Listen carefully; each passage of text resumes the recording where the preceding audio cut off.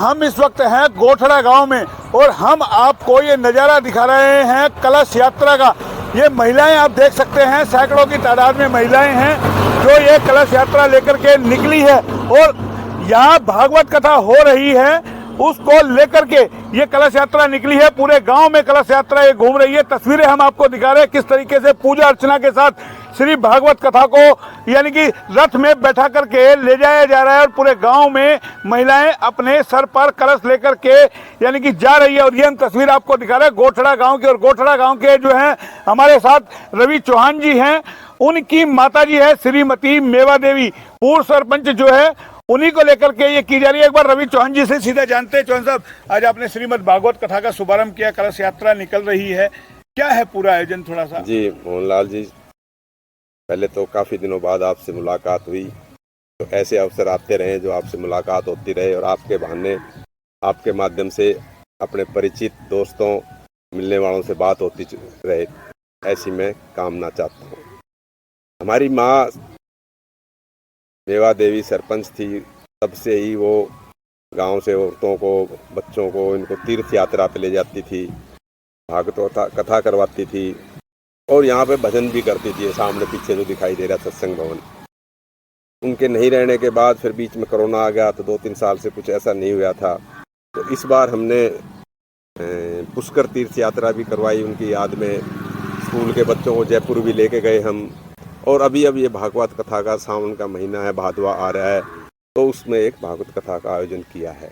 और मुझे जैसे देख के लगा कि बहुत ज़्यादा उत्साह है गांव की औरतों के अंदर धर्म के प्रति, और जिस हिसाब से जैसे गर्मी के अंदर और आगे बढ़ के उन्होंने कलश यात्रा में भाग लिया, उसके लिए उनके आभारी भी हैं और दिल से खुशी भी होती है।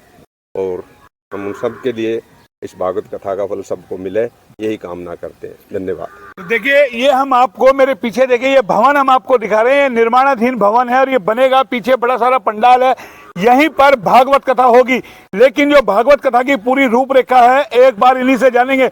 लेकिन जो हम आपको तस्वीरें दिखा रहे हैं किस तरीके से गांव का ये भव्य नजारा बता रहा है कि महिलाओं ने सुबह से ही आकर के यहाँ एकत्रित हुए और तमाम जो चुनरी आप देख सकते हैं, महिलाओं ने जो पहरावा यानी कि है जो चुनरी जो रखी गई है एक, उसको लेकर के कि किस तरीके से तमाम महिलाएं एक ही ड्रेस के अंदर हैं और श्रीमद भागवत कथा को लेकर के जो तैयारियां गांव में है उसका जो उत्साह अपने आप में देखते ही बनता है। लेकिन हम ये जानना चाहेंगे जनाब, पूरी टाइमिंग क्या होगी इसकी, कितने बजे से कितने बजे तक? आज तो कलश यात्रा के बाद छोटा पाठ किया जाएगा। कल से 11 बजे से 3 बजे तक 14 तारीख तक ये भागवत कथा चलेगी। समय इसलिए ऐसा रखा है कि गांव में सुबह काम होता है, शाम को फिर काम होता है, तो अपना घर का काम भी चल जाए और पूजा अर्चना भी चलती रहे, ये इसका और रहेगा। 14 को समापन है, 15 को 15 अगस्त मनाएंगे, तो इस हिसाब से सारा का सारा प्रोग्राम हमने किया है।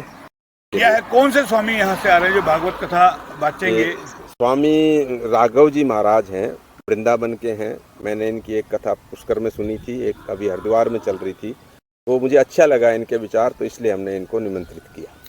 तो सुनिए, देखा आपने, हमने आपको बता दिया, ये तस्वीर हम दिखा रहे, कैमरा पर्सन से कहेंगे बैनर दिखाए।